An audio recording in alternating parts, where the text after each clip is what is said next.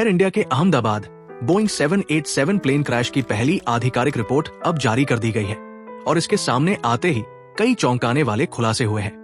जैसे ही ये report release हुई, बोइंग कंपनी के स्टॉक्स एक साल में सबसे ऊंचे स्तर पर पहुंच गए। इससे कुछ लोग मानने लगे कि कंपनी की कोई गलती नहीं थी और शायद गलती पायलट्स की थी। लेकिन बड़ा सवाल यह है, क्या गलती करने वाले पायलट थे या फिर उन्हें सिर्फ इसलिए दोषी ठहराया जा रहा है क्योंकि अब वे खुद अपना पक्ष रखने के लिए जिंदा नहीं है। इस रिपोर्ट को भारत की एयरक्राफ्ट एक्सीडेंट इन्वेस्टिगेशन ब्यूरो ने जारी किया है। रिपोर्ट में बताया गया है कि 12 जून की सुबह फ्लाइट दिल्ली से अहमदाबाद पहुंची थी। जहाज को पार्क करने के बाद क्रू ने टेक लॉग में एक डिफेक्ट रिपोर्ट दर्ज की, जिसमें लिखा था कि स्टेबलाइजर पोजीशन ट्रांसड्यूसर यानी जहाज के पीछे के हॉरिजॉन्टल स्टेबलाइजर का पोजीशन सेंसर ठीक से काम नहीं कर रहा था। एयर इंडिया के मेंटेनेंस इंजीनियर ने इसे चेक किया और दोपहर 12:10 पर जहाज को अगली फ्लाइट के लिए रिलीज कर दिया।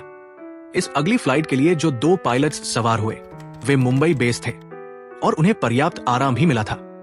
को-पायलट उस समय फ्लाइंग रोल में थे और कैप्टन मॉनिटरिंग कर रहे थे। फ्लाइट से पहले दोनों ने ब्रेथ एलाइजर टेस्ट भी पास किया, यानी किसी तरह का नशा नहीं था। अब ध्यान दीजिए टेक ऑफ की टाइमलाइन पर। 1:38 और 39 सेकंड पर जहाज टेक ऑफ करता है। सिर्फ 3 सेकंड बाद 1:38 और 42 सेकंड पर यह अपनी मैक्स स्पीड 180 नॉट्स पर पहुंचता है। लेकिन तभी अचानक दोनों इंजनों के फ्यूल स्विच जो नॉर्मली ऑन रहते हैं एक एक करके ऑफ हो जाते हैं। पहले एक इंजन बंद होता है और ठीक 1 सेकंड बाद दूसरा भी। इसका मतलब फ्लाइट के दोनों इंजन टेक ऑफ के कुछ ही सेकंड बाद फेल हो गए। जैसे ही दोनों इंजन फेल हुए, रैम एयर टरबाइन यानी रैट ऑटोमेटिकली डिप्लॉय हो गया, जिससे जहाज को बैकअप पावर मिल सके। लेकिन दुर्भाग्य से जहाज की ऊंचाई इतनी कम थी कि रैट की पावर भी काम नहीं आ सकी।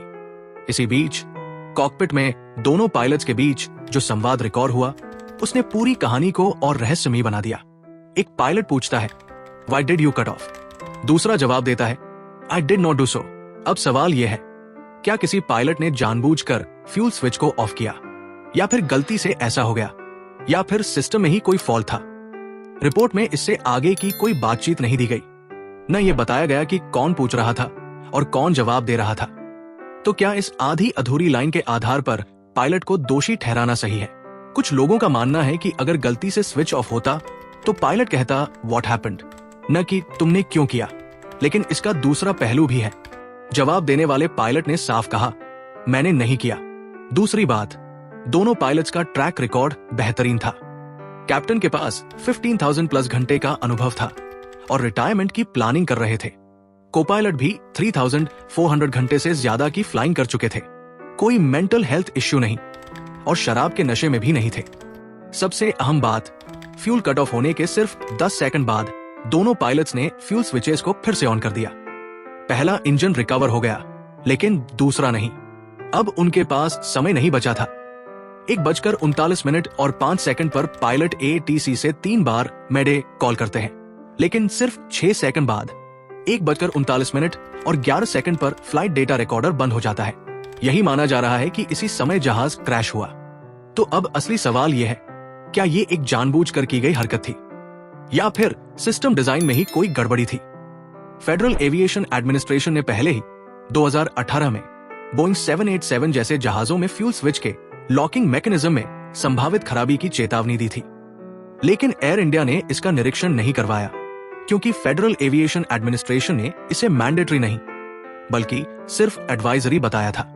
रिपोर्ट में साफ नहीं लिखा गया कि पायलट्स ने स्विच खुद ऑफ किया था। यह सिर्फ एक अनुमान है और इसकी पुष्टि के लिए ब्लैक बॉक्स से निकली पूरी कॉकपिट रिकॉर्डिंग जरूरी है। फिलहाल ये रिपोर्ट केवल एक प्रिलिमिनरी रिपोर्ट है। पूरी डिटेल्ड कंक्लूजन रिपोर्ट अगले 1 साल में आएगी।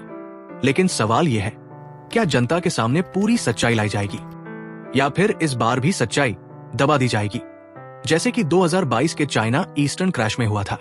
आपको क्या लगता है दोस्तों? नीचे कमेंट करके जरूर बताइए।